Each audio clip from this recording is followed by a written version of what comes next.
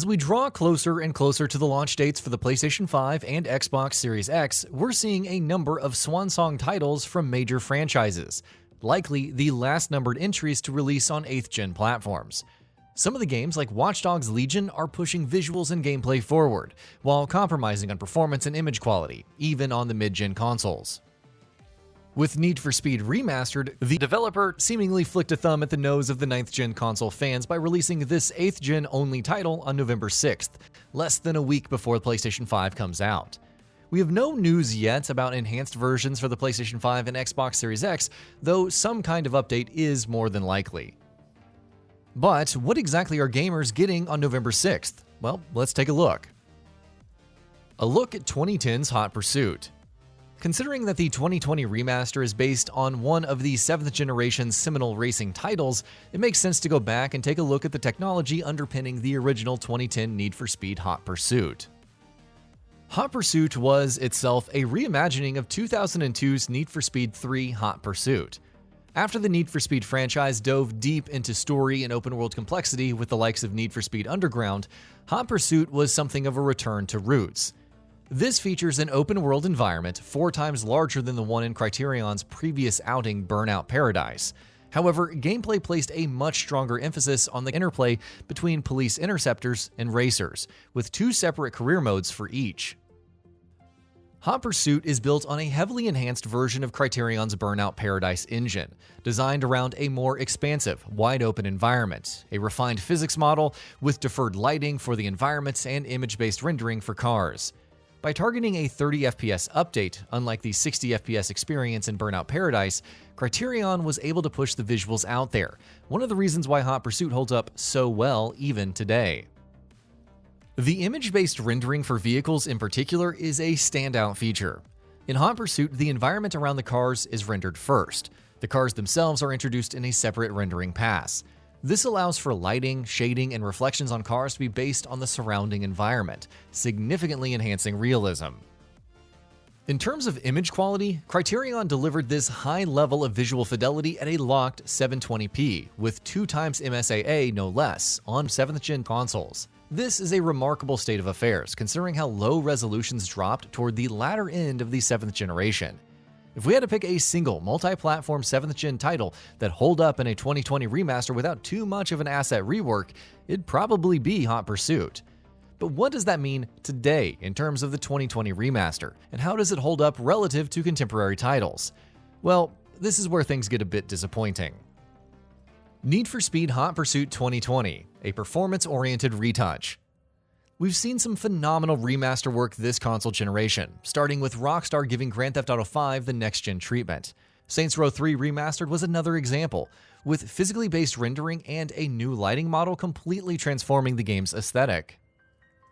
Unfortunately, Need for Speed Hot Pursuit doesn't appear to do any of those things. There's a reason the developer has been able to target 4K 60 FPS on the Xbox One X and PlayStation 4. That's because this is, at heart, a 7th-gen title with a light coat of paint on top. Model quality, the biggest improvement. Need for Speed Hot Pursuit always made great-looking cars a priority, with the separate image-based rendering system for car lighting built to ensure that cars are in top form. If there's one positive about the Need for Speed Hot Pursuit remaster, it's that the cars receive an extra lick of paint. Model quality and polygon counts are up, even compared to the maxed-out PC original. It's not a radical improvement. Model quality is still very much in line with 7th-gen titles, with the cars themselves not that far off from what we see in late-gen titles like Forza Horizon 2. PC gamers looking for any kind of measurable improvement over the original will likely see it here. Draw distances, pushing things out further. Unlike Burnout Paradise, Need for Speed Hot Pursuit takes place in a more expansive, rural environment. This means that draw distances can have a measurable impact on overall quality. While the original was praised for its environmental rendering, the developer has dialed things up a notch or two here. Grass, buildings, electricity posts, and Hot Pursuit's many trees render out much further into the distance. This complements the higher resolution output on the mid-gen refresh consoles. At the original game's 720p output on 7th-gen consoles, there weren't quite enough pixels on screen to make extreme distant detail properly visible. This is, of course, a moot point at 4K. Enhanced transparencies and reflections. High-quality alpha effects for smoke and fog render at a higher resolution than in the original game, scaling nicely with the higher resolution output on consoles. Enhanced reflections do justice to the image-based lighting system used for the cars, bringing environmental reflections into much sharper focus. Again, these are minor touches, but they contribute to a more refined experience overall. Resolution and frame rate. Although the console versions aren't the focus, and we are not showing any console footage in this video, we just wanted to quickly give away some information about them. The biggest improvement console gamers will see with the 2020 Hot Pursuit Remaster are in terms of resolution and frame rate.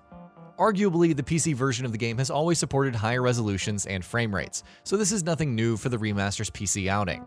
However, gamers on the Xbox One X and PlayStation 4 Pro are in for a 9 times improvement to render resolution, which is 4K and 30 FPS, or a 2 times boost to resolution coupled with a doubled frame rate, which is 1080p and 60 FPS. Apparently, only the PC version supports 4K 60 FPS output. This is somewhat puzzling considering how well a number of last-gen remasters have run on the PS4 Pro and Xbox One X. Regardless, console gamers who want a performance option will have access to a 1080p 60 FPS mode on the enhanced consoles. Need for Speed Hot Pursuit Remastered only runs at 1080p 30 FPS on the PS4 and Xbox One. It's hard to see a reason apart from a lack of optimization efforts as to why this last-gen title runs at such poor target on the base consoles. A 1080p 60 mode, even one using dynamic resolution scaling, would have been far more preferable. As it stands, base Xbox One and PlayStation 4 owners are getting a bump to resolution from 720p to 1080p, the other added enhancements, and, well, that's about it. Conclusion. This late into the console generation, we expected a bit more, even if Hot Pursuit Remastered isn't a new game entirely. The overall experience holds up well, but that's mostly down to the fact that Criterion's original 2010 game was far ahead of the curve in terms of visuals and the gameplay experience. 10 years later, slightly enhanced LODs and model quality don't seem like this is a compelling remaster from a technical perspective. And that about does it for this video. If you enjoyed what you watched and want to see more from Gaming Bolt, you can always hit that subscribe button and turn on the bell icon next to it. That way you will never miss any of our videos.